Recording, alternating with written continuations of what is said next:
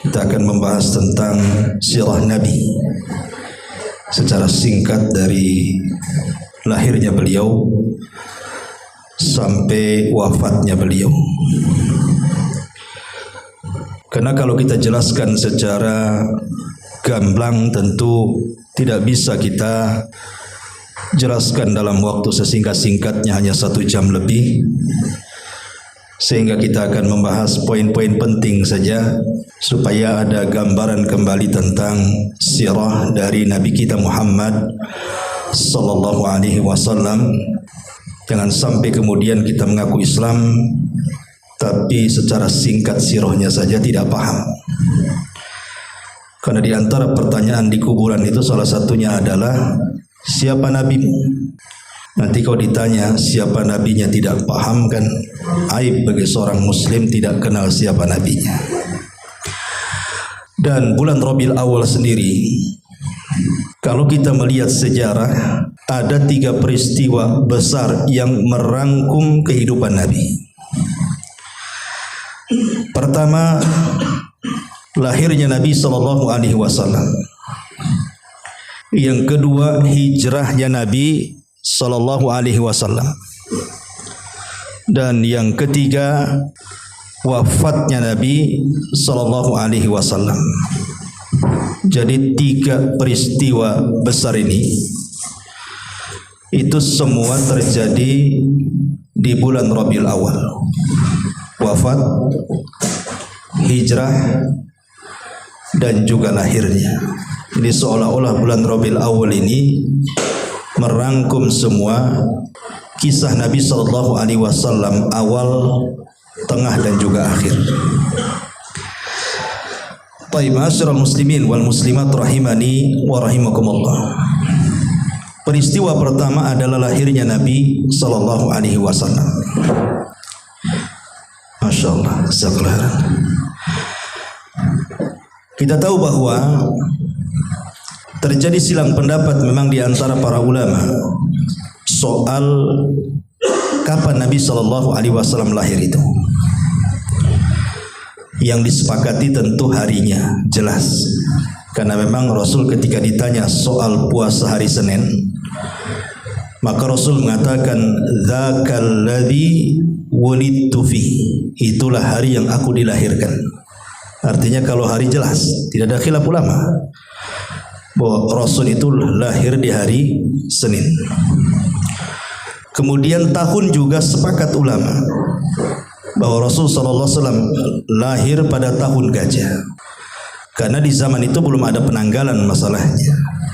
Penanggalan Hijriyah itu baru terbentuk di zaman Amirul Mukminin Umar bin Khattab radhiyallahu an. Itu pun setelah banyak kesalahpahaman soal surat menyurat, sehingga terkadang karena tidak ada tahunnya, terkadang salah paham. Makanya dibentuklah penanggalan Hijriyah pertama di zaman Umar bin Khattab untuk menentukan tahun. Maka lahirlah Almanak Hijriyah. Tetapi di zaman Rasul itu kan setiap nisbat tahun itu disesuaikan dengan peristiwa dan kejadian. Lah kebetulan 50 hari atau 1 bulan setengah sebelum lahirnya Nabi, itu terjadi perang besar yang disebut dengan perang gajah. Makanya tahunnya dinisbatkan kepada peperangan Abrahatul Asram yang dikenal dalam sejarah sebagai perang gajah. Dan Allah abadikan dalam Al-Quran dalam satu surat yang disebut dengan suratul Fil. Alam tara kaifa fa'ala rabbuka bi ashabil fil. Ya. Adapun mengenai tanggal dan juga bulan, ini yang menjadi khilaf ulama. Bahkan ada yang mengatakan bahwa Rasul itu lahir di bulan Ramadan, seperti pendapat Imam Ibnu Hazm rahimahullahu ta'ala. Tetapi pendapat ini dibantah oleh para ulama sejarah. Dan kebanyakan para ulama banyak yang mengatakan bahwa Rasul itu lahir di bulan Rabiul Awal. Soal tanggalnya ini yang kemudian menjadi khilaf. Tetapi yang kemudian masyhur di tengah-tengah masyarakat maka Nabi SAW lahir pada tanggal 12. Berarti kalau kita susun harinya hari Senin, tanggalnya 12, bulannya Rabiul Awal, tahunnya tahun gajah. Itu yang masyhur kan itu ya. Yang banyak di masyarakat kalau ditanya soal tanggal kelahiran Nabi sallallahu alaihi wasallam. Ma'asyiral muslimin yang dimuliakan Allah Azza wa Jalla. Allah Subhanahu wa taala takdirkan Nabi sallallahu alaihi wasallam lahir itu secara yatim, dan itu disyaratkan dalam Al-Qur'an, wa wajadaka yatiman fa'awa, dan kami dapati engkau Muhammad dalam kondisi yatim. Tetapi yatimnya Rasul tidak sama dengan yatim-yatim yang lainnya. Kenapa? Fa'awa, karena Allah telah memeliharanya.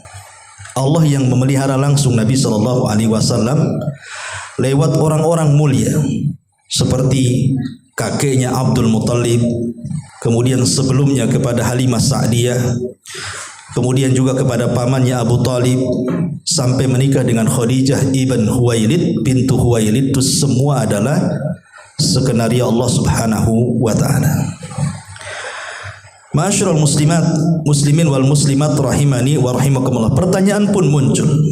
Kenapa Nabi sallallahu alaihi wasallam harus terlahir yatim? Kenapa harus terlahir yatim? Apa hikmahnya? Ulama mengatakan, pertama, kenapa Rasulullah SAW harus terlahir yatim? Supaya hilangnya keraguan di mata masyarakat kala itu dan juga sampai hari ini, bahwa Nabi SAW ketika diangkat menjadi Nabi dan Rasul dan mendapatkan wahyu itu adalah tarbiyah dari orang tuanya. Jangan-jangan kalau hidup orang tuanya itu ajaran orang tuanya yang disampaikan Rasul kepada kita. Artinya dengan tidak punya orang tua berarti bukan ajaran orang tuanya, tapi memang itu wahyu yang diturunkan kepadanya. Kemudian yang kedua, supaya Nabi SAW hatinya tidak cenderung kepada harta, kekayaan, jabatan dan begitu seterusnya. Karena umumnya anak-anak yatim mereka tidak terawat kan itu, karena orang tuanya sudah nggak ada. Umumnya anak-anak yatim kan terlantar, umumnya, kecuali kalau ayahnya kaya. Tapi kita bicara umum kan itu. Sehingga Nabi SAW tidak ada kecenderungan kepada dunia karena memang orang tuanya sudah nggak ada sebagai tambatan hidupnya.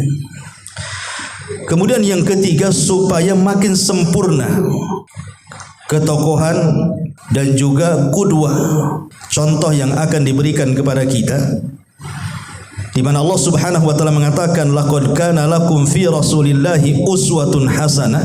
Sungguh ada pada jati diri Rasul itu suri tauladan yang sangat-sangat indah untuk diikuti. Lah ketika kemudian dia yatim, betul-betul akhlak yang dimiliki Rasul itu adalah tarbiyah langsung dari Allah Subhanahu wa taala. Tidak ada ikut campur orang tua di situ. Kemudian juga yang keempat, kata ulama, karena supaya Nabi SAW cepat dewasa.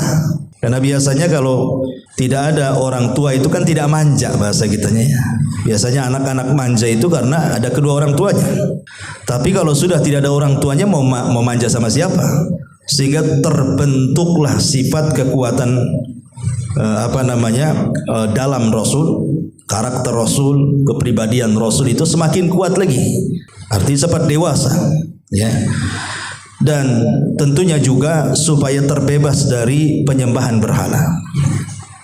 Ketika Nabi SAW kemudian yatim, ya kita tahu bahwa di zaman itu memang sesembahan mereka adalah penyembah berhala gitu. Ketika Rasul sudah tidak memiliki orang tua lagi, sehingga Nabi SAW lebih banyak menyendiri sehingga akan mencocoki fitrah yang Allah tanamkan di situ.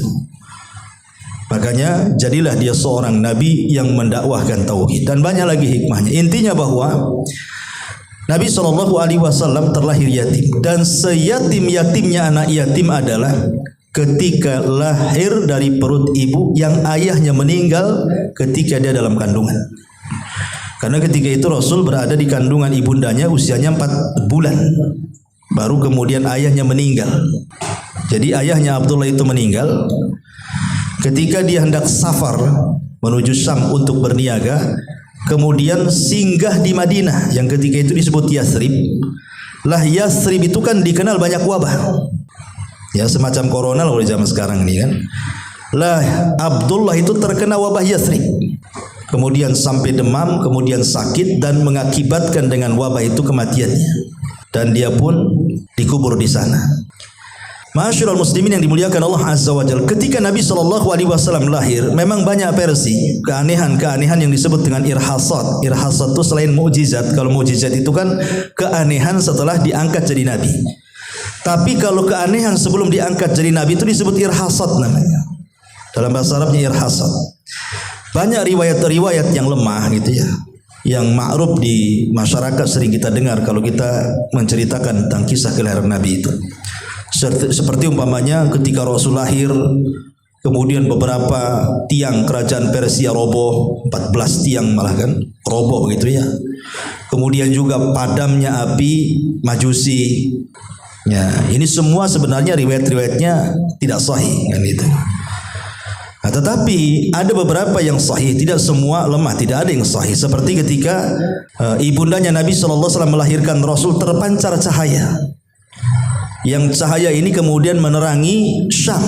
Artinya bahwa cahaya itu menunjukkan bahwa orang yang lahir ini kelak akan menjadi penguasa dunia, di mana dakwahnya akan sampai ke daratan Syam sana. Dan ketika itu Syam kan dikenal kerajaan Romawi kan itu. Dan juga di sana ada kerajaan besar namanya Persia. Dan itu negara adidaya kali itulah cahaya itu sampai menyinari dua negara tersebut. Dan ini ada isyarat bahwa kelak Nabi SAW akan menguasai dengan dakwahnya sampai ke daratan Persia dan juga Romawi. Itu sahih memang ya. Ya, dan tapi yang lain memang banyak yang lemah. Seperti terlahir dalam posisi sujud, kemudian sambil mengisyaratkan satu jari seolah-olah dia mentauhidkan Allah. Banyaklah pokoknya kisah-kisah itu ya. Kemudian terakhir sudah terkhitan tanpa ada pendarahan, macam-macam ya. Tapi memang kisah-kisah ini masyhur. Masalahnya kalau kita menjelaskan sejarah Rasul itu biasanya para duat yang tidak menyaring riwayat sahih dengan lemah itu biasanya terkeluar tuh bahasa-bahasa seperti ini ya. Oke lah, tetapi yang jelas bahwa tidak ada kelahiran yang lebih tinggi nikmatnya dibandingkan kelahiran Nabi. Makanya Allah Subhanahu wa taala mengatakan kul bi fadlillahi wa bi rahmatihi fabidzalika falyafrahu huwa khairun mimma yajma'un. Katakanlah dengan karunia dan nikmat Allah kalian harus berbahagia, dan itu lebih baik dibandingkan dunia yang kalian kumpulkan. Dan tidak syak lagi, tidak ragu lagi bahwa kelahiran Rasul adalah nikmat terbesar yang Allah anugerahkan kepada kita. Kalaulah bukan karena Allah kemudian diutusnya Rasul kita Muhammad sallallahu alaihi wasallam, tentu kita sudah menjadi penyembah berhala. Makanya ini nikmat yang harus kita syukuri dengan adanya kelahiran Nabi sallallahu alaihi wasallam. Ma'asyiral muslimin yang dimuliakan Allah Subhanahu wa taala. Kebiasaan para anak-anak kecil di zaman itu. Jadi kalau mereka lahir gitu ya. Jadi ibu-ibunya tuh enggak mau menyusui anaknya tuh. Jadi orang-orang kota, Nabi itu kan anak kota. Tidak ada satupun Nabi yang lahir di desa, ingat ya. Semua Nabi itu orang kota. Bukan berarti kita tidak merendahkan orang desa, tidak. Tapi semua Nabi itu orang kota. Termasuk Nabi SAW lahir di kota Mekah. Ya. Jadi kebiasaan orang kota di zaman itu kalau anaknya lahir tidak disusui ibunya, tetapi disusui orang-orang desa. Alasannya apa? Satu, karena cuaca. Jadi di desa itu masih bersih, tidak ada wabah. Ya. Yang kedua, bahasa. Karena orang desa itu di zaman itu bahasa Arabnya masih fasih. Sementara orang kota itu sudah tercampur bahasa Arabnya. Ya kayak kita lah, orang kota ini kan bahasanya aneh-aneh gitu ya. Kalau orang desa kan lurus-lurus saja kalau ngomong tuh. Ya. Kemudian juga kesehatan. Kemudian juga fisik. Karena di desa itu kan dilatih fisiknya gitu. Itu yang menyebabkan kemudian orang-orang kota itu menyerahkan bayi-bayi mereka, membayar untuk disusui wanita-wanita desa. Itu kebiasaan orang sana, adat istiadatnya orang-orang Mekah di zaman itu, gitu ya. Kalau zaman sekarang kan tidak maulah anaknya disusui orang, nanti jadi anak susuan kan itu ya. Kalau ibu-ibu zaman sekarang ini daripada disusukan orang, bagus disusukan sapi kan itu. Jadi anak sapi, susu sapi kan. Jadi intinya bahwa lah ketika itu ada rombongan dari satu kabilah namanya Bani Sa'diyah. Ada sekitar 40 wanita yang mencari anak-anak susuan karena tujuannya mereka mencari uang. Kan lumayan selama 2 tahun disusui mereka dapat gaji gitu ya. Jadi wanita-wanita dari Bani Sa'diyah ini mereka datang ke kota. Satu persatu wanita itu mendapatkan bayi. Kemudian setelah mendapatkan bayi mereka langsung balik kan itu.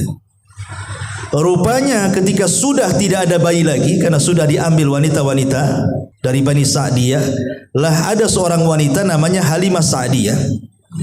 Ya. Itu telat datangnya, alasannya karena memang unta yang ditungganginya pun unta kurus sehingga dia datang belakangan. Jadi ketika sampai di Mekah sudah nggak ada bayi lagi. Hampir kecewa, tetapi kemudian Allah takdirkan ditunjukkan kepada bayi Nabi kita Muhammad sallallahu alaihi wasallam. Lah kenapa kemudian Rasul bayi ini tidak diambil wanita-wanita yang lainnya? Ya. Alasannya karena melihat kondisi ekonomi. Jadi melihat kondisi ekonomi saat itu. Kita tahu bahwa Nabi sallallahu alaihi wasallam kan hidup terlahir dari keluarga miskin. Jadi Aminah itu memang keluarga miskin. Sehingga kalau diambil bayinya, saya dapat apa? Tujuan ngambil bayi itu supaya dapat digaji. Lah kalau orang miskin mau gaji pakai apa kan gitu. Makanya tidak ada yang melirik sama sekali. Jadi tengok Nabi itu ditinggal sampai kepada wanita terakhir Halimah Sa'diyah itu. Jadi ketika melihat bayi itu hampir tidak diambil, tetapi suaminya Abu Kabs ini mengatakan sudahlah ambil saja, la'allahu fihi barakah, mudah-mudahan bayi ini kita bawa ada berkahnya katanya. Jadi suaminya yang meminta kepada Halimah untuk membawa. Boleh jadi bayi ini nanti bawa berkah lah, daripada kita pulang tak bawa bayi, ada bawa aja lah kan gitu. Subhanallah. Rupanya betul setelah kemudian di malam hari gitu ya. Di malam hari ini kan Halimah Sa'diyah dan suaminya dan punya anak kecil, karena kalau mau menyusui anak harus punya anak. Kalau tidak punya anak gak keluar susunya kan itu. Jadi punya bayi juga. Kan dari kabilah Sa'diyah ke Mekah ini kan jauh. Jadi mereka lelah, letih. Apalagi kambing. Kan orang-orang Arab itu biasa kemana-mana bawa kambing untuk supaya bekal mereka. Karena mereka kan orang Mekah lain dengan penduduk Madinah. Kalau Mekah itu memang kambing dijadikan makanan pokok di zaman itu. Ya, mereka suka makan daging kambing. Mereka kemana-mana bawa kambing, ya, untuk disembelih dimakan, ataupun nanti diperah air susunya. Ya, jadi diminum di air susunya langsung diminum. Lah kebetulan malam itu pertama memang air susu dari Halimah untuk anaknya juga nggak keluar. Karena memang kurang gizi gitu ya, kurang makan. Yang kedua, pas mau memerah kambingnya pun nggak ada susunya juga kambing itu. Tetapi di malam hari itu ada keajaiban yang luar biasa. Ketika Nabi SAW bayi ini ada di pelukan Halimah Sa'diyah, Allah berikan keajaiban. Pertama tiba-tiba kambing-kambing itu menggemuk susunya tuh. Kemudian kok diperah banyak pula air susunya. Kemudian juga tetek Halimah pun membesar dan banyak air susunya. Jadi itu keajaiban pertama tuh. Sehingga malam itu keluarga Halimah dan suaminya serta anaknya itu betul-betul bisa merasakan lezatnya minum air susu dari susu kambing itu. Dan mereka bisa istirahat, tidak kelaparan lagi. Lah ketika Nabi SAW hendak ditetekan oleh Halimah itu, kan ditetekan ke sebelah kiri, ya. Karena yang keluar dari sebelah kiri, tapi Rasul tidak mau. Ya, Rasul tidak mau. Kenapa? Dari situ Allah Subhanahu wa taala sudah mengarahkan Nabi itu suka dengan yang kanan. Jadi dia tidak suka tetes sebelah kiri. Jadi disusukanlah ke sebelah kanan. Alasannya kenapa? Karena tetes sebelah kiri itu untuk saudara sesusuannya. Karena Halimah kan punya anak kecil. Jadi Rasul tidak mau mengambil hak saudara sesusuannya itu. Padahal masih bayi itu. Ibu ini dah tua masih ngambil, punya hak orang gitu ya. Ini Halimah ini dia hanya punya bayi itu selalu menentekan sebelah kirinya. Rasul tahu itu punya anak saudara sesuanya, tidak mau dia. Tetap disusukan ke sebelah kiri, menolak. Pas disusukan ke sebelah kanan baru mau. Subhanallah, ini pelajaran besar. Ya, Nabi SAW kecil saja paham itu hak orang, makanya Rasul tidak mau mengambil. Kita udah tua-tua tidak paham itu hak orang itu. Dia ambil juga hak orang itu, nipu orang, ngurangi takaran, ngurangi tambangan, bilang bagus padahal jelek, macam-macam kan itu orang itu. Lah ini juga pelajaran besar bagaimana dari kecil sudah tahu amanah Nabi SAW. Kemudian pulang nih Halimah dan suaminya. Subhanallah, ya, di sini ada keajaiban lagi. Itu unta yang kurus itu, yang jalannya pelan-pelan gitu kan. Tiba-tiba Allah berikan kekuatan, bisa berlari kencang pula unta kurus itu dan menyusul teman-temannya yang lebih dulu pulang. Dan ketika sampai di kabilah Bani Sa'diyah, Halimah pula lebih duluan datang. Ini kan luar biasa ini kan. Ini kan keajaiban juga selama perjalanan. Dari situ makin sayang dengan Nabi SAW. Ditambah-tambah tiba-tiba kemudian kambing-kambingnya jadi gemuk. Dan setiap kambing orang kabilah situ kalau gabung dengan kambingnya Halimah ikut gemuk juga. Jadi membawa berkah satu kabilah tuh. Itu Nabi SAW, luar biasa. Ya. Lah ketika sudah beberapa tahun di pangkuan Halimah Sa'diyah, ada peristiwa aneh. Jadi Nabi SAW ketika usianya sudah ya sekitar 4-5 tahun lah, sudah bermain gitu ya, bisa jalan ke sana kemari lari dengan saudara sesusuannya itu. Tiba-tiba kemudian ada peristiwa aneh, turun 2 malaikat menangkap Nabi SAW yang sedang bermain. Tiba-tiba kemudian membaringkannya dan membelah dadanya, diambil jantungnya, kemudian diletakkan di bejana dari emas dan dicuci dengan air Zam-Zam. Kemudian dimasukkan lagi ke dalam dadanya, dijahit lagi. Itulah operasi pertama dalam sejarah dunia tuh. Rasulullah SAW dioperasi, tapi medisnya malaikat, ya kan? Kalau di zaman itu medis orang diambil jantungnya tak mati kan? Ini kan medisnya malaikat. Allah ala kulli syai'in qadir. Allah atas segala sesuatu maha mampu. Lah ketika saudara sesuanya ini melihat, otomatis kan namanya anak kecil takutlah, lari. Kemudian menceritakan kepada Halimah dengan polosnya. Disitulah Halimah ketakutan karena bekas jahitannya ada masalahnya. Dikhawatirkan kalau yang mendatangi Rasul itu jin, kan enggak tahu itu malaikat, disangka setan, disangka jin. Makanya kemudian karena ketakutan itulah kemudian Halimah mengantar kembali Nabi SAW kepada ibunya Aminah bintu Wahb bin ibunda Nabi SAW. Kemudian diceritakan kenapa dia harus mengembalikan, karena takut. Tapi kemudian Aminah mengatakan, menenangkan Halimah dengan mengatakan jangan takut, karena peristiwa yang lebih aneh sudah aku rasakan saat kelahirannya, katanya. Tetapi memang Halimah kemudian sudah tidak mau merawat lagi karena ketakutan. Makanya kemudian Rasul SAW diambil lagi oleh ibundanya tercinta Aminah bintu Wahb. Lah ketika Nabi SAW di usia 6 tahun, Aminah ini kan ingin menziarahi kuburan ayahnya Abdullah di Madinah. Berangkatlah Aminah dengan pembantunya dan juga Nabi SAW yang masih kecil ketika itu menuju Madinah. Kemudian berziarah ke kuburan Abdullah dan juga silaturahim kepada kerabat-kerabatnya yang ada di Madinah atau di Yathrib kala itu. Tapi sayang, setelah kemudian berziarah ya sekitar beberapa hari di Madinah, kemudian hendak pulang ke Mekah, disitulah kemudian Aminah tiba-tiba merasa sakit. Akhirnya parah sakitnya, kemudian meninggal di satu tempat antara Mekah dan Madinah yang disebut dengan Abwa. Meninggallah ibunda Nabi SAW di Abwa. Ketika itu Rasul berusia 6 tahun. Makanya kemudian oleh Ummu Aiman, budaknya Aminah ini, dibawalah Nabi SAW pulang ke Mekah. Kemudian diserahkan kepada kakeknya Abdul Muttalib. Maka kemudian oleh kakeknya dirawat selama 2 tahun, dari usia 6 tahun sampai 8 tahun dengan penuh kasih sayang, bahkan melebihi anak-anaknya Abdul Muttalib. Cintanya Abdul Muttalib kepada Rasul itu melebihi anak-anaknya. Kan Abdul Muthalib kan ketika itu kan jadi raja Arab. Makanya sering saya katakan bahwa Quraisy itu kalau nggak dipimpin dari Bani Hashim, dari Bani Mahzum, antara dua kabilah itu yang suka memimpin Quraisy itu. Lah kebetulan ketika itu yang memimpin Quraisy adalah dari Bani Abdi Manaf, Abdul Muthalib. Namun setelah Abdul Muthalib meninggal, kepemimpinan bergeser kepada Bani Mahzum, Abu Jahal. Ya, menggantian gitu antara Bani Mahzum, Bani Muthalib ya. Lah pemimpin Arab ketika itu adalah Abdul Muthalib. Jadi Abdul Muthalib itu punya singgasana, ya, yang bukan semacam tempat duduk raja lah, kayak permadani, karpet khusus gitu. Lah kadang-kadang Nabi SAW selalu duduk di karpet khusus Abdul Muthalib itu. Kadang-kadang paman-paman yang melarang, jangan duduk di situ. Ya, tetapi kalau datang Abdul Muthalib, biarkan dia duduk di situ, karena dia adalah orang yang akan punya perkara besar di masa depan.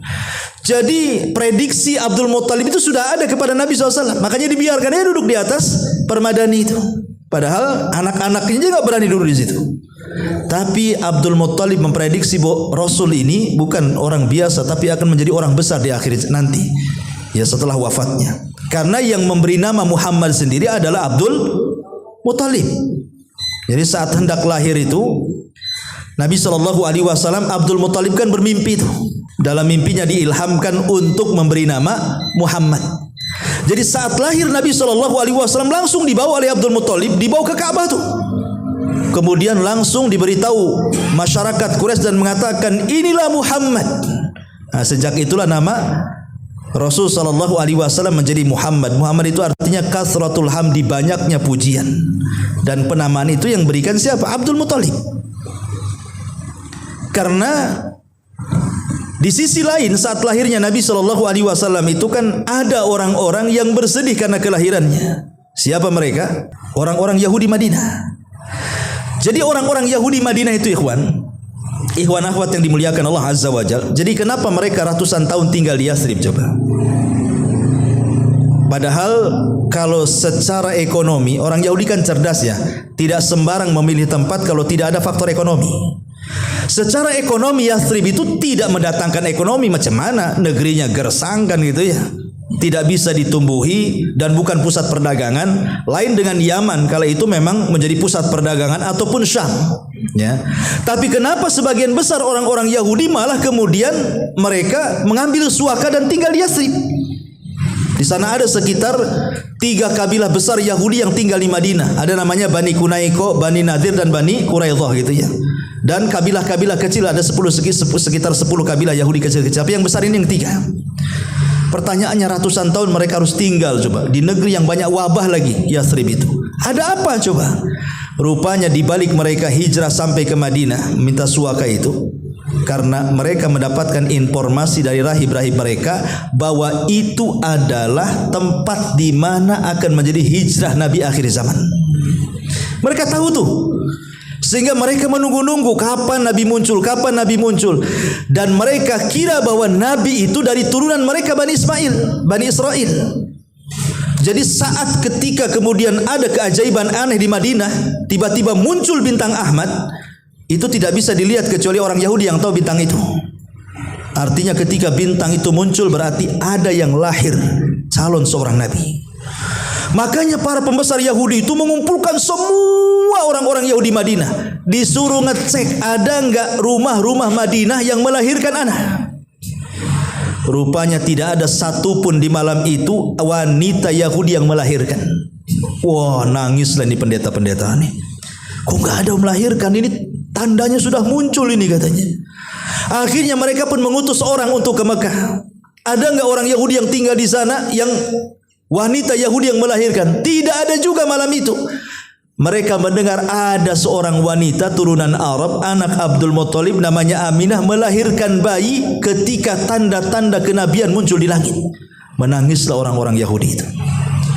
Dan pembesar-pembesarnya kemudian mereka mengatakan, zahabat nubuwatu Bani Israel, telah hilang kenabian Bani Israel dan telah diambil oleh Bani Ismail, orang-orang Arab yang merupakan musuhnya kali itu. Ya. Ma'asyiral muslimin yang dimuliakan Allah Azza wa Jalla, sejak itulah hasad mereka. Kenapa nabinya tidak dari kami Bani Israel? Kenapa dari orang Arab? Sejak itu Yahudi tidak akan beriman kepada Rasul. Hanya bisa dihitung dengan jari selama Rasul berdakwah di Madinah itu. Tidak kurang dari 5 atau 6 orang, tidak sampai 10 orang. Makanya Rasul mengatakan kalau pembesar Yahudi 10 orang saja masuk Islam, satu dunia Yahudi masuk Islam katanya. Saking hasadnya orang Yahudi kepada kita. Ya, kembali bahwa setelah Nabi SAW kemudian berada di pangkuan Abdul Muthalib, cuman 2 tahun kan, Abdul Muthalib meninggal dunia. Kemudian Abdul Muthalib berpesan kepada Abu Talib supaya merawat Rasul. Kenapa? Kenapa Abdul Muthalib berpesan kepada Abu Talib? Bukankah paman Rasul yang kaya banyak? Abu Lahab kaya, banyak yang kaya. Ya, kenapa diberikan kepada Abu Talib coba? Alasan Abdul Muthalib berwasiat kepada Abu Talib untuk merawat Rasul karena Abu Talib itu adalah saudara kandung dari Abdullah. Karena Abdul Muthalib ini banyak istrinya. Jadi paman-paman Rasul itu yang satu bapak itu lain ibu banyak. Lah yang satu kandung satu bapak dengan satu ibu itu 2 orang, Abdullah dengan Abu Talib. Makanya kenapa Abdul Muthalib mewasiatkan untuk merawat Rasul kepada Abu Talib? Karena ada kedekatan. Kalau sama-sama satu ibu satu bapak kan dekat. Kalau yang lainnya kan beda ibu masalahnya. Seperti Hamzah Abbas kan beda ibu. Tapi kalau Abu Talib dengan Abdullah ayahanda Rasul itu satu ibu satu bapak. Itu yang menjadikan Abdul Muthalib berwasiat agar Rasul dirawat oleh Abu Talib. Padahal Abu Talib itu miskin, banyak anaknya lagi. Ya. Lah maka kemudian setelah Abdul Muthalib meninggal, kemudian Rasul pun jatuh pengasuhannya kepada Abu Talib ketika di usia 8 tahun. Jadi Abu Talib lah yang betul-betul memberi makan Rasul, membimbing Rasul sampai ketika usia 12 tahun. Orang-orang Mekah itu kan kebiasaan mereka berniaga. Ya, jadi kebiasaan mereka orang-orang Mekah dengan orang-orang Madinah beda. Kalau orang Madinah itu pertanian. Tapi kalau orang Mekah ini perdagangan. Karena sama sekali tidak bisa ditumbuhi kecuali daerah Taif. Ya, tetapi kalau daerah Mekah sampai sekarang pun kan gersang, nggak bisa. Kalau Anda nanam singkong bukan jadi singkong, jadi kayu bakar di sana. Ya, tanam besoknya udah kering semua. Karena memang tidak subur di sana. Ya. Makanya di antara tanda-tanda akhir zaman itu apa? Ketika Mekah menjadi subur. Ya, karena memang tidak dikenal Mekah itu subur dari zaman Nabi. Makanya akan dijadikan tanda-tanda kiamat itu kalau sudah Mekah hijau, ranu menghijau, itulah tanda-tanda kiamat. Nah, walaupun sekarang ada yang mengatakan bahwa Mekah sudah mulai subur katanya. Nah, tetapi setelah diteliti rupanya itu irigasi katanya, buatan. Nah, dibuat karena kerajaan Saudi banyak uang ya kan itu ya. Dibuatlah hutan-hutan, kebun-kebun, macam-macam, kesannya subur kan.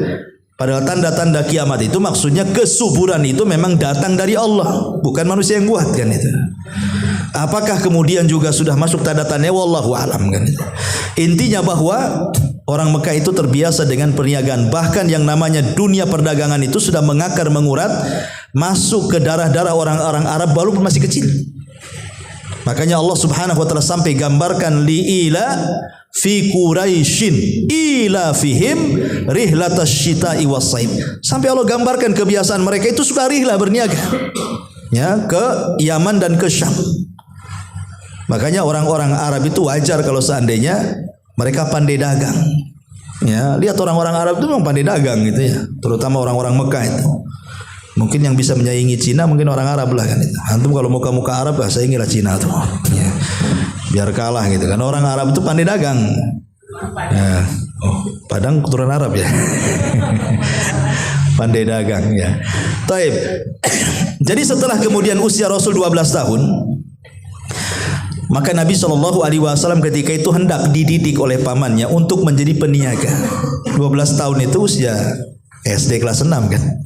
Bayangkan diajak safar dari Mekah ke Syam, gitu, perjalanan 1 bulan tuh. Kalau tidak punya fisik kuat tuh tidak bisa. Apalagi pakai unta, paling tinggi pakai unta di zaman itu, jalan kaki kan itu.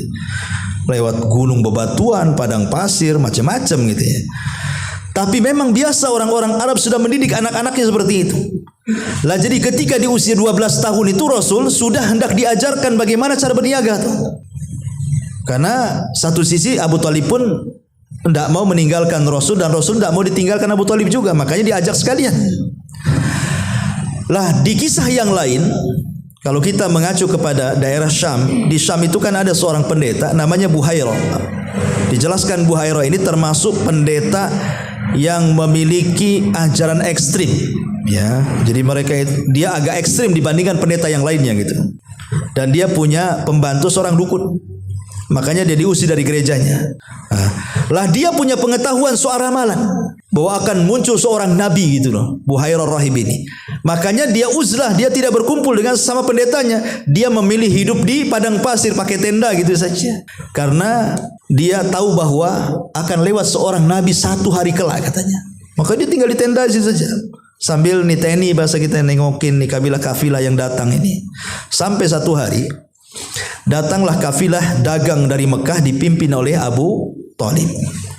Disitulah kemudian ada firasat yang gak enak Buhairah Rahib ini, karena dia memandang kafilah ini berbeda dengan kafilah yang lainnya.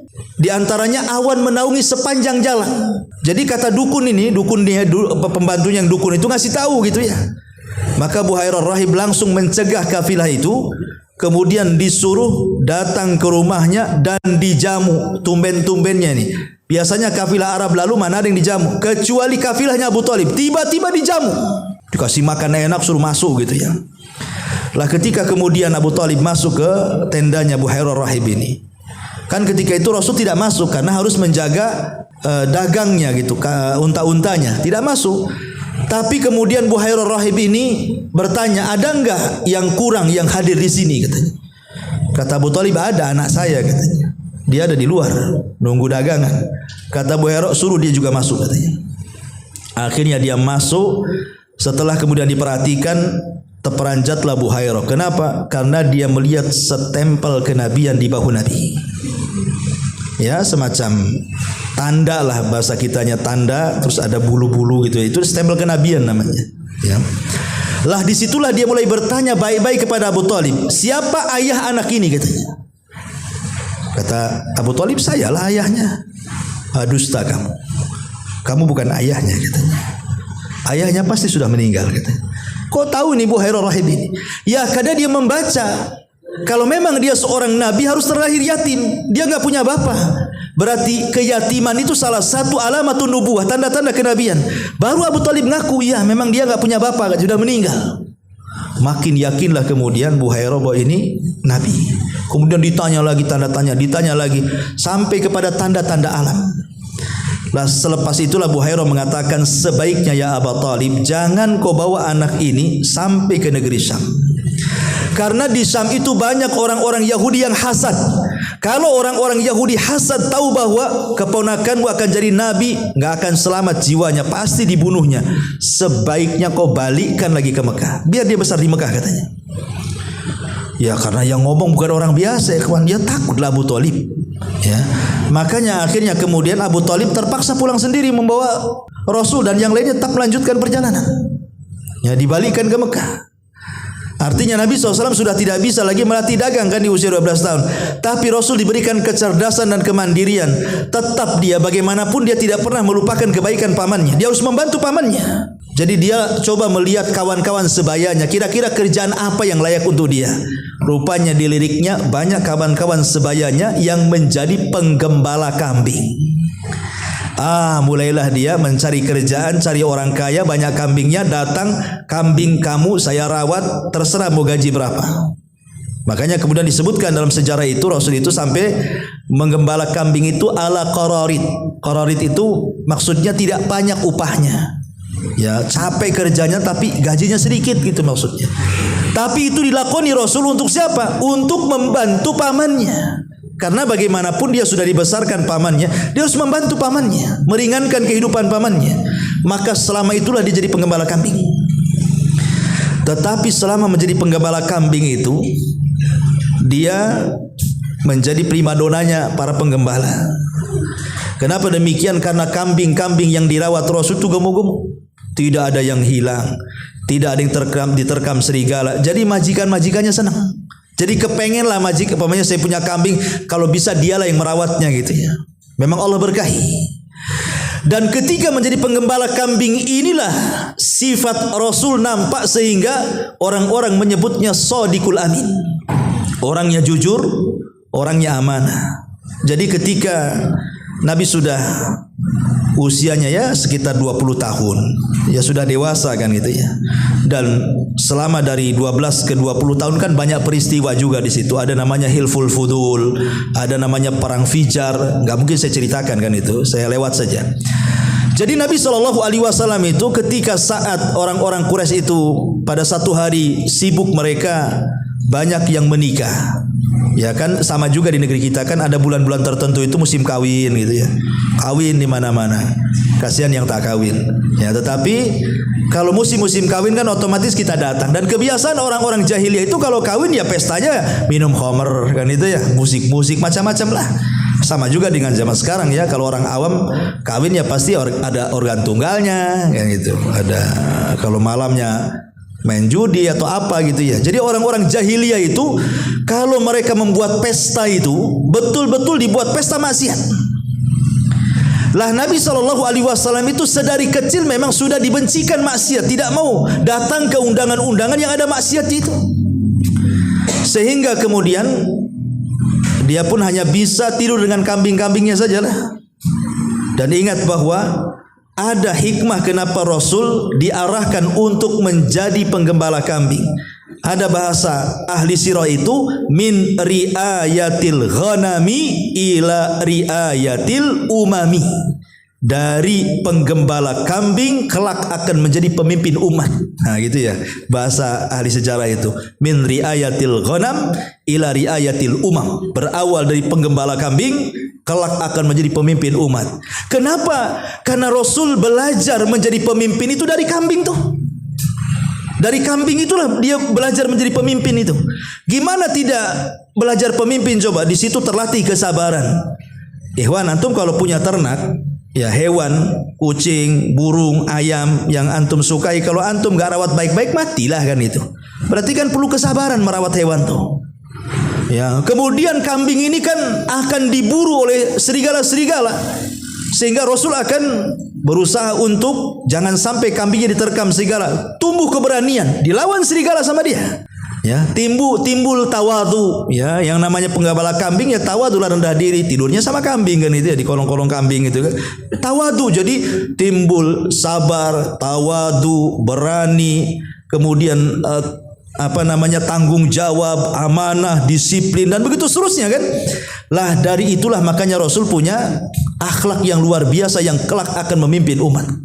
Min riayatil ghamami ila riayatil umami tadi. Jadi ketika kawan-kawannya hendak menghadiri walimah itu, otomatis kan nggak mungkin ninggalin kambing. Makanya mereka datang kepada Rasul, seorang mengatakan, wahai Muhammad, bisa nggak aku titip kambing-kambingku? Ya. Yang lain mengatakan juga sama, bisa nggak titip kambing-kambingku? Aku akan hadir di acara sana katanya. Lah Nabi SAW kan baik ya, mau saja gitu ya. Dia dititipkan dia, dan setiap kemudian dititipi kambing itu subhanallah. Walaupun sehari, 2 hari, 3 hari itu tidak ada titipannya yang hilang. Maksudnya kambingnya lepas satu atau dimakan serigala, tidak. Bahkan titipannya itu menjadi baik, kambingnya makin gemuk dan begitu seterusnya. Sehingga dikenal di sesama para penggembala itu orangnya amanah. Ya, disiplin, orangnya amanah, jujur. Ya, kalau diamanahi itu tanggung jawab gitu ya. Jadi sesama penggembala kambing mulai dipuji tuh.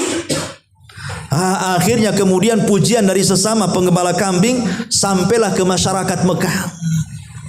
Dan akhirnya kemudian masyarakat Mekah pun mereka mulai menitipi barang-barang kepada Rasul. Walaupun Nabi SAW ketika itu belum jadi Nabi.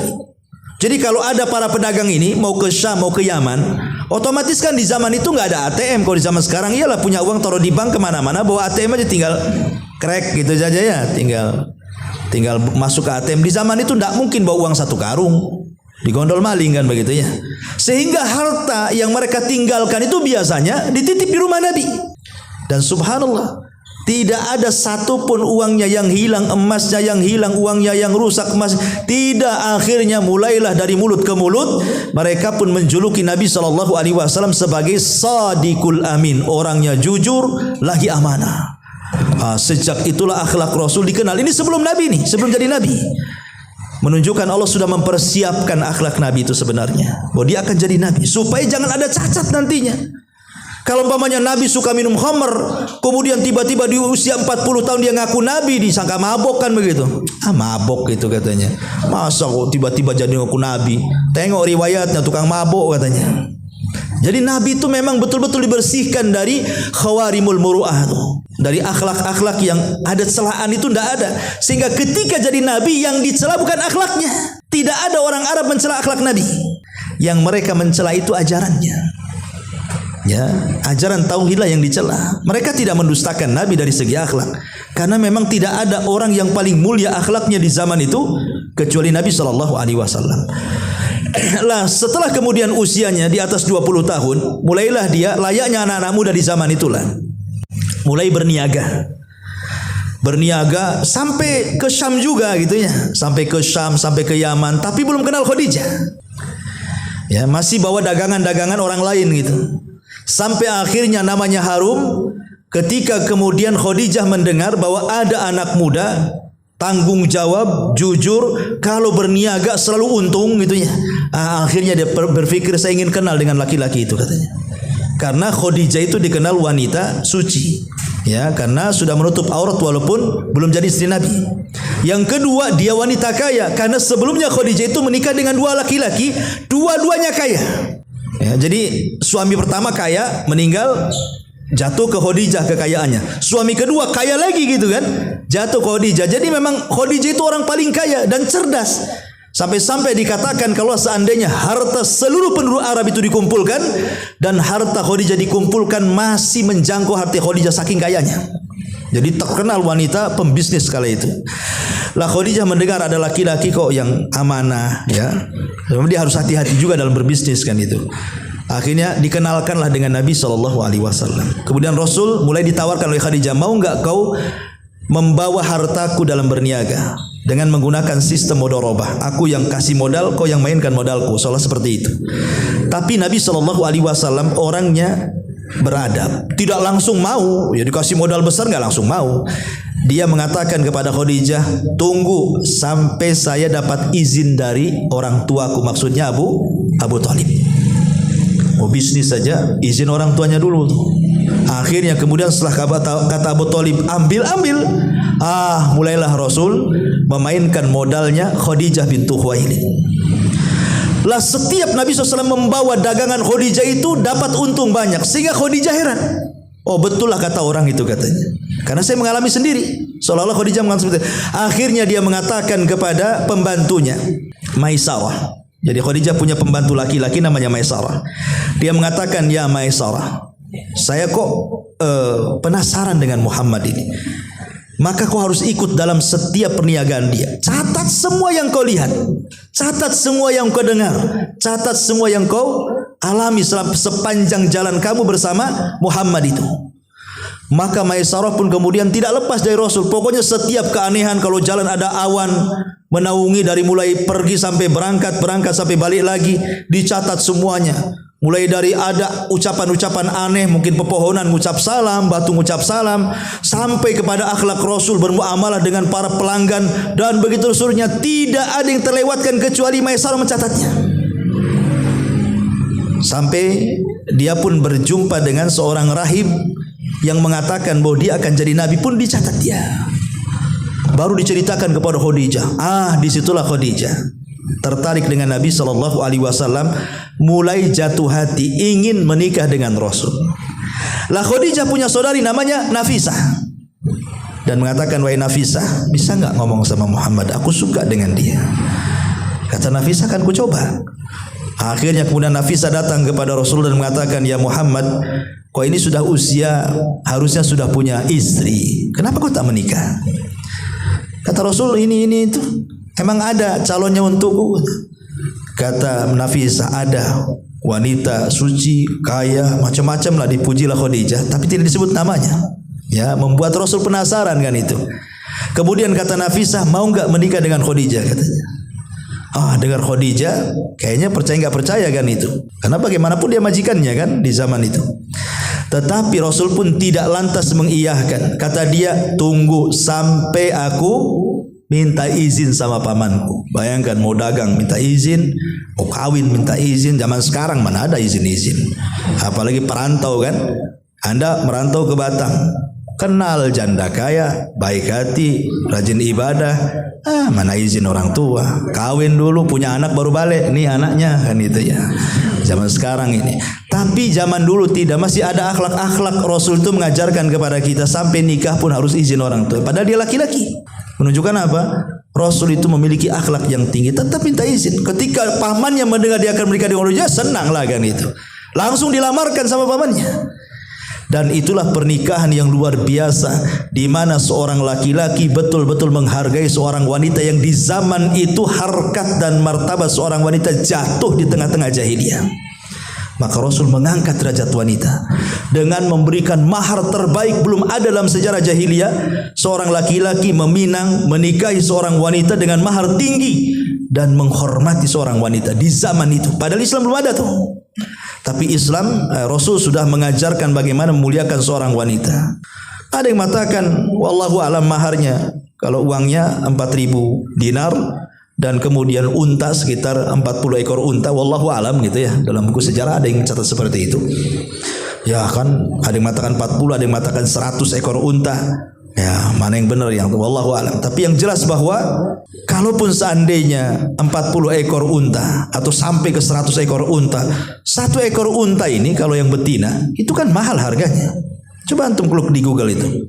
Unta tipe B saja, kalau sekarang ada tipe sapi A, B, C. Ini unta tipe B yang betina itu saja sudah 100 juta lebih tuh. Kalau tipe A-nya bisa 200 juta kan itu. Artinya satu unta aja cukup kita beli mobil tuh. Loh kalau 40 unta apa enggak mobil Avanza antum kasih maharnya. Lah itulah luar biasa gitu. Ya, jadi maharnya Rasul itu luar biasa karena unta itu kinayah daripada kemewahan di zaman itu. Makanya Rasul itu kalau mengkinayahkan sebuah kekayaan pasti dengan unta. Apa kata Rasulullah kepada Ali? Ya Ali, la in yahdiyakallahu rajulan wahidan bika khairun laka min humrin nam. Hei Ali, kalau seandainya engkau bisa memberikan hidayah satu orang lantaran lisanmu, lebih baik daripada unta merah. Jadi Rasul itu kalau mengistilahkan kekayaan dengan unta, ya karena unta itu adalah simbol kekayaan di zaman itu. Ya, jadi kalau sekarang ya mobil-mobil mewah lah. Jadi kalau Pak Edi nikah lagi itu umpamanya, contoh ya. Jadi memang maharnya itu pakai 40 Robicon umpamanya kan. 45 mobil Robicon gitu. Ya, ngambil dari pajak Robicon. Jadi umpamanya 40 Robicon, wan kaya. Siapa yang nggak ngiler gadis-gadis mau 40 Robicon pula kan itu. Semacam itu. Ya tapi kalau Pak Edi maharnya seperangkat alat sholat, ya kabur orang kan. Seperangkat alat sholat sama aja kan gitu ya. Nah, jadi memang Nabi SAW itu ingin memuliakan sampai seperti itu maharnya. Jadi akhirnya kemudian menikahlah Nabi SAW dengan Khadijah. Lah sejak menikah dengan Khadijah itulah Khadijah sudah berhenti menjadi wanita pembisnis, murni menjadi ibu rumah tangga. Dia serahkan semua kekayaannya kepada Nabi. Ya kan jarang kalau ada janda kaya menikah dengan bujangan, tiba-tiba habis menikah datang ke notaris, ambil kekayaan saya serahkan kepada suami saya. Bisa nikah lagi suaminya. Ya. Zaman sekarang mana ada, karena amanah sudah hilang. Ya. Jadi Khadijah itu saking yakinnya dengan Rasul, memang murni diserahkan kekayaannya. Ambil semuanya. Dia murni jadi ibu rumah tangga. Jadi betul-betul Rasul yang memainkan bisnis kekayaannya. Khadijah dari situlah maka Rasul menjadi tajir akbar. Memang pedagang besar. Lah ketika jadi pedagang besar itulah dia kenal mulai para pedagang-pedagang besar yang lainnya. Kenal Abu Bakar, kenal Utsman, kenal Abdurrahman bin Auf kan gitu ya. Para pedagang itu mulai dikenal karena sama-sama pedagang besar masalahnya. Sampai akhirnya kemudian betul-betul Allah anugerahkan banyak keturunan dari Khadijah, lahirlah Qasim. Tapi sayang Qasim meninggal. Kemudian Nabi SAW karena sedih, akhirnya Khadijah kan punya anak angkat budak namanya Zaid ibn Harithah. Diangkatlah Zaid dimerdekakan jadi anak angkat Nabi sebagai pengganti Qasim yang meninggal. Nah, maka ketika itu sempat heboh menjadi Zaid ibn Muhammad, tetapi setelah diangkat jadi Nabi, turun surah Al-Ahzab melarang tidak boleh menisbatkan anak angkat ke bapak angkat, dibalikan nasabnya dari Zaid bin Harithah. Kemudian setelah diangkat jadi Nabi, lahir lagi namanya Abdullah atau disebut dengan Thayyib, tapi sayang meninggal juga. Kemudian lahirlah anak wanitanya, mulai dari Zainab yang paling besar, kemudian di bawahnya Ruqayyah, kemudian di bawahnya Ummu Kulsum, kemudian di bawahnya Fatimah. Itu semua anak-anak Rasul meninggal ketika Rasul masih hidup, kecuali satu, Fatimah. Fatimah meninggal 6 bulan setelah Rasul meninggal. Tapi semuanya meninggal Rasul saat hidup dan menyaksikan bagaimana putra-putrinya meninggal. Dan ini musibah yang luar biasa. Kematian anak itu beda dengan kematian orang tua, kematian pasangan. Kematian orang tua musibah, ya. Tapi musibahnya sebentar saja, paling 2-3 hari, nanti baru cerita surat tanah, surat ini, surat itu, kan, cerita waris, ya. Kematian pasangan pun paling beberapa hari saja, habis itu mulai kepikir kawin lagi, kan itu ya. Tapi kalau kematian anak ini memang betul-betul musibah. Siapa yang menggantikan anak? Pasti sedihnya lama tuh. Ya, walaupun ngangkat anak angkat pun tidak sebagaimana anak kandungnya. Makanya Rasul itu dalam sekali ketika kematian anak-anaknya, terutama kematian Ibrahim. Ibrahim 1 tahun 8 bulan meninggal dunia, itu anak laki-laki terakhir dari Maria Kiptiah. Sampai Rasul meneteskan air mata 3 hari menangis. Sampai Abdurrahman bin Auf heran, kok bisa menangis? Bukankah kau melarang tidak boleh niyahah wahai Rasul? Kata Rasul, ini bukan niyahah, ini air mata kasih sayang, kata Rasul. Kemudian Rasul mengatakan, bagaimana aku tidak menangis ya Abdurrahman? Innal aina latadma wa innal qalba latahzan wa inna bi firaqika ya Ibrahim lamahzunun. Air mata, kedua mataku ini bisa mengeluarkan air mata wahai Abdurrahman. Hati ini bisa tersayat karena kematian Ibrahim, dan perpisahan Ibrahim denganku sungguh menyesakkan dada, kata Rasul. Rasulullah sampai menangis, ya, karena memang beda kematian anak. Ma'asyiral muslimin wal muslimat rahimani wa rahimakumullah. Kemudian baru setelah Rasul usianya hampir 37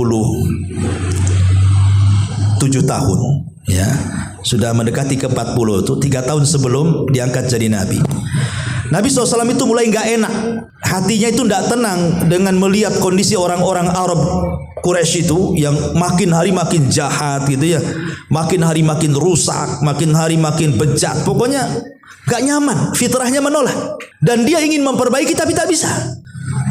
Akhirnya kemudian Nabi SAW mulai kemudian tidak suka tinggal di Mekah, mulailah dia uzlah. Kadang-kadang 1 bulan dia pindah ke Mina, tinggal di Mina, kadang-kadang di Muzdalifah, tinggal di Muzdalifah. Ya, pokoknya uzlah, tidak mau ketemu orang. Sampai ketika di usia hampir 40 tahun, 6 bulan sebelum masuk era kenabian, Rasul itu selalu dimimpikan aneh. Sampai mimpinya seperti falak subuh. Jadi kalau mimpi malam, besoknya jadi kenyataan. Mimpi lagi, besoknya jadi kenyataan. Pokoknya setiap mimpi selama 6 bulan itu menjadi kenyataan. Heran, ada apa gitu ya. Jadi rupanya itu muqaddimah apa? Muqaddimah kenabian. Karena dalam mimpinya dia pun didatangi malaikat dalam sebuah gua, nanti akan memeluk begini. Pokoknya diceritakan dalam mimpinya. Makanya ketika Rasul didatangi pertama kali malaikat Jibril tidak kaget. Kenapa? Karena sudah terangkum dalam mimpinya tuh. Jadi ketika Nabi SAW kemudian berpikir ingin mencari tempat yang betul-betul jauh daripada penduduk Mekah, maka tepat di bulan Ramadan pada tahun ketika Rasul berusia 40 tahun, Rasul pamit dengan Khadijah dan membawa bekal yang banyak untuk 1 bulan. Entah kemudian dilangkahkan kemana kakinya, rupanya sampai pula di atas perbukitan. Ya, rupanya tidak sadar Nabi SAW sampai ke sebuah gua, yang kemudian gua itu menjadi sejarah yang tidak akan hilang kalau kita menceritakan sejarah Nabi. Gua Hiro. Disitulah Rasul sampai. Kenapa memilih gua Hiro? Karena gua Hiro itu di atas Mekah. Ya. Jadi kalau kita ini berada di atas gua Hiro itu, memandang Mekah itu di bawahnya. Seolah-olah di sini Allah Subhanahu wa taala hendak mengangkat Rasul secara hissi ataupun maknawi. Secara hissi maknanya nanti penduduk Mekah akan menjadi kekuasaan dia. Ketika Fatu Mekah, orang Mekah tunduk kepada Nabi. Itu secara hissi. Secara maknawi Rasul akan diangkat bukan hanya dari penduduk Mekah, bahkan satu dunia manusia dan jinnya. Rasul adalah manusia yang paling tinggi di antara semua makhluk yang Allah ciptakan. Makanya memilih tempat yang tinggi. Disitulah Nabi SAW selama 1 bulan berada di Gua Hira. Tepat pada hari Senin. Tepat di hari Senin. Tepat lagi kemudian sebelum subuh, di waktu fajar. Tiba-tiba kemudian Nabi SAW didatangi malaikat Jibril dalam bentuk manusia. Di tanggal-tanggal ganjil di akhir bulan Ramadan. Kita tidak tahu tanggalnya apakah 21, 23, 25, 27, 29, wallahu alam. Tapi yang jelas bahwa Nabi SAW di tanggal-tanggal ganjil di akhir Ramadan, ya, di hari Senin, Jibril turun kemudian masuk ke dalam gua. Setelah bersalaman dengan Rasul, tiba-tiba memeluk Rasul, tiba-tiba kemudian membisikkan di telinga Rasul, "Iqra ya Muhammad." Baca wahai Muhammad. Dalam pikiran Nabi, namanya membaca itu kan membaca tulisan. Lah Nabi tidak bisa baca, nulis saja tidak bisa. Makanya Rasul mengatakan, "Ma ana biqari." Aku tidak bisa baca, kata Nabi. Kata Jibril, "Iqra," baca. Kata Rasul, "Ma ana biqari." Aku tidak bisa baca. Kata Jibril, "Iqra," sampai 3 kali. Makin dierat, makin dipeluk, makin ketakutan Rasul. Tetap yang ketiga Rasul mengatakan, "Ma ana biqari." Aku tidak bisa baca. Karena dalam pikiran Rasul, membaca tulisan mana bisa aku baca, kata Rasul. Makanya Jibril akhirnya mentalkinkan ayat yang merupakan ayat yang mengangkat Rasul menjadi nabi pertama. Iqra bismi rabbikal ladzi khalaq, khalaqal insana min 'alaq, iqra wa rabbukal akram, alladzi 'allama bil qalam, 'allamal insana ma lam ya'lam. Inilah surat pertama yang turun kepada Rasul. Resmi Rasul didaulat jadi nabi. Makanya ada istilah Nubi Abil Alaq, diangkat jadi nabi dengan SK turun surah Al-Alaq ayat 1 sampai 5. Lah setelah Jibril kemudian datang gitu ya, Rasul menyelesaikan i'tikafnya di Gua Hira kemudian pulang. Masalahnya selama berbulan-bulan tak datang lagi Jibril itu. Rasul ke Gua Hira ditunggu, tak datang lagi lah Jibril itu. Nanti bulan depannya datang lagi sampai 6 bulan, sampai sesak dada Nabi itu. Jangan-jangan yang menemui saya kemarin di gua itu jin, setan. Jadi lain-lain pikiran Nabi itu. Karena cuma itu saja sekali menemui Nabi. Ya. Tetapi setelah 6 bulan sudah sesak dada Nabi itu, kenapa kok dia tak datang lagi gitu ya. Menunjukkan bahwa Jibril itu tidak suka-suka datang atau dipanggil Nabi. Dan sebagaimana ada dukun perempuan di Indonesia ini bisa datangkan Jibril dia. Ya. Nabi aja nggak bisa datangkan Jibril. Tidak suka-suka Jibril datang kalau nggak ada perintah Allah. Ya. Baru setelah 6 bulan, tiba-tiba Nabi SAW mendengar suara. Pas dilihat ke belakang tak ada, ke depan tak ada, samping kiri kanan tak ada. Kemudian kata Jibril, "Lihat kau ke atas," katanya. Pas lihat ke atas, nampak Jibril dalam bentuk asli. 600 sayap duduk di antara langit dan bumi. Apa enggak ketakutan Nabi? Coba bayangkan. Ketakutanlah Nabi itu, luar biasa takutnya karena tidak pernah melihat makhluk sebesar itu dengan 600 sayap. Yang satu sayapnya kata Rasul terbentang saddal ufuk, mulai dari terbit matahari sampai terbenamnya. Jadi seolah-olah langit itu ditutupi sayap Jibril itu. Sebelah kanan sayap Jibril, kiri jalan kiri kanan, belakang depan, semua sayap Jibril menggigil Rasul sampai ketakutan, lari sekencang-kencangnya. Ya. Ibaratnya ginilah, kalau umpamanya antum datang ke Jabal Uhud, masuk ke hutan Jabal Uhud, nampak pula dinosaurus, ya. Apa enggak ngacir kan? Seperti itulah ya. Tengok ada dinosaurus ini, rupanya bukan cerita saja, ada pula di hutan sana gitu. Karena orang pasti takut, enggak pernah melihat makhluk sebesar itu. Makanya Rasul sampai demam tinggi, sampai panas masuk ke rumah Khadijah dan mengatakan, dathiruni ya Khadijah, selimuti aku.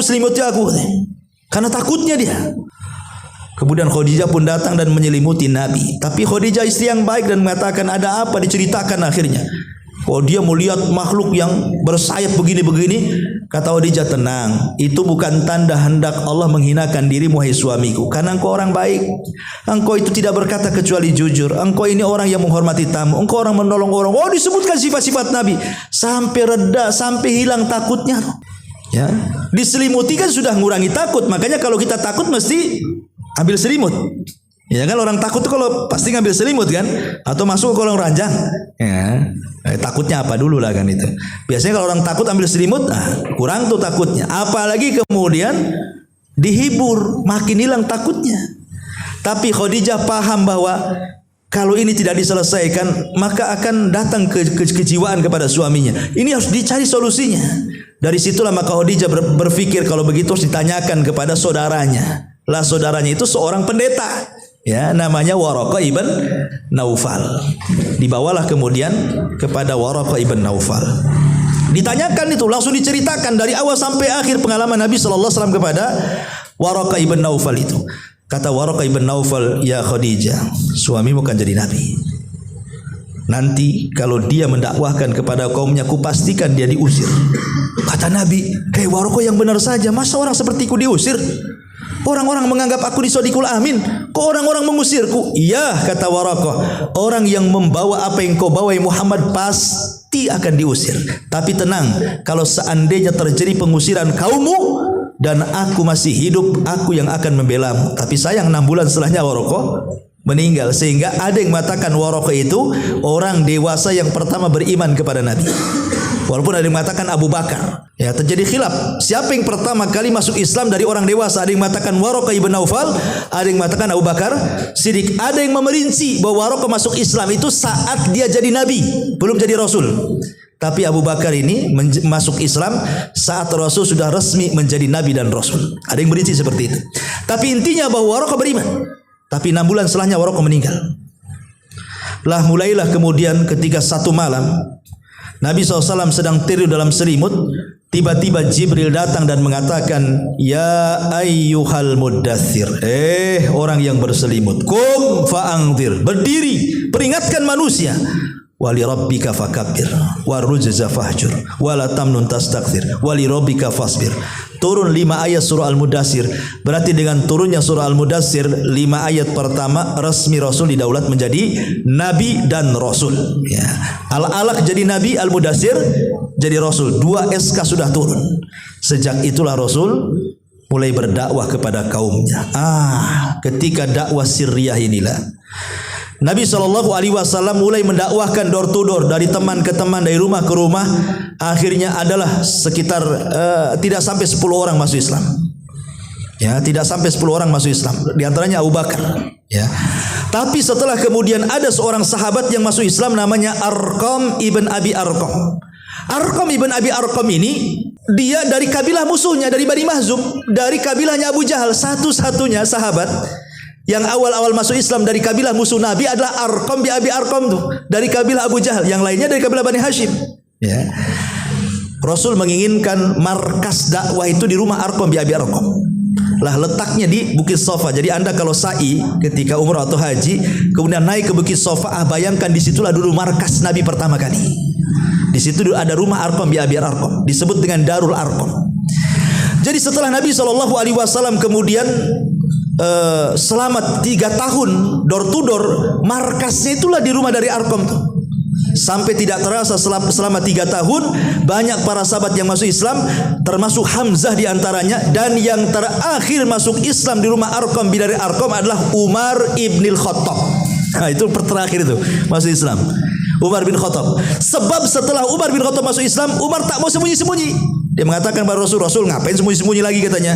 Kita sudah 3 tahun, besok kita tawaf sama-sama katanya. Kata Rasul, belum waktunya. Oh, sudah waktunya kata Umar. Karena Umar yang siap backingi, akhirnya ditutuplah markas Arqam bin Arqam. Karena sudah 3 tahun, mulailah Rasul berdakwah terang-terangan. Tawaf pertama dengan Umar 40 orang tuh. Oh, rupanya Islam sudah banyak ya. Sejak itulah maka terjadilah apa yang terjadi. Banyak para sahabat diintimidasi, ditekan, disiksa, macam-macam sampai dibunuh. Keluarga Ammar ibn Yasir, kisahnya Bilal, kisahnya Khobab. Tapi dengan penindasan itu rupanya makin banyak orang masuk Islam dari kalangan anak-anak muda dan orang-orang miskin. Sampai akhirnya kemudian Rasul SAW di tahun ke-7 Hijriah, kalau tidak salah, sebelum 3 tahun sebelum hijrahnya Nabi, ataupun 2 tahun sebelum hijrahnya Nabi, ada tahun yang disebut dengan Amul Hazni, tahun kesedihan. Kenapa? Karena Khadijah meninggal dunia, kemudian Abu Thalib pun meninggal dunia setelah pemboikotan 3 tahun Bani Hashim. Ya, Lah baru kemudian Rasul pun mulai diintimidasi, tidak boleh dakwah kalau tidak dibunuh. Terpaksa Rasul ke Taif, di Taif ditolak lagi. Sampai Rasul tidak bisa masuk Mekah, terpaksa harus mencari perlindungan. Maka untuk menenangkan hati Rasul, maka Allah pun mengisra mi'rajkan Rasul di tahun 1 tahun sebelum hijrahnya Nabi. Disitulah peristiwa dalam sejarah disebut Isra Mi'raj.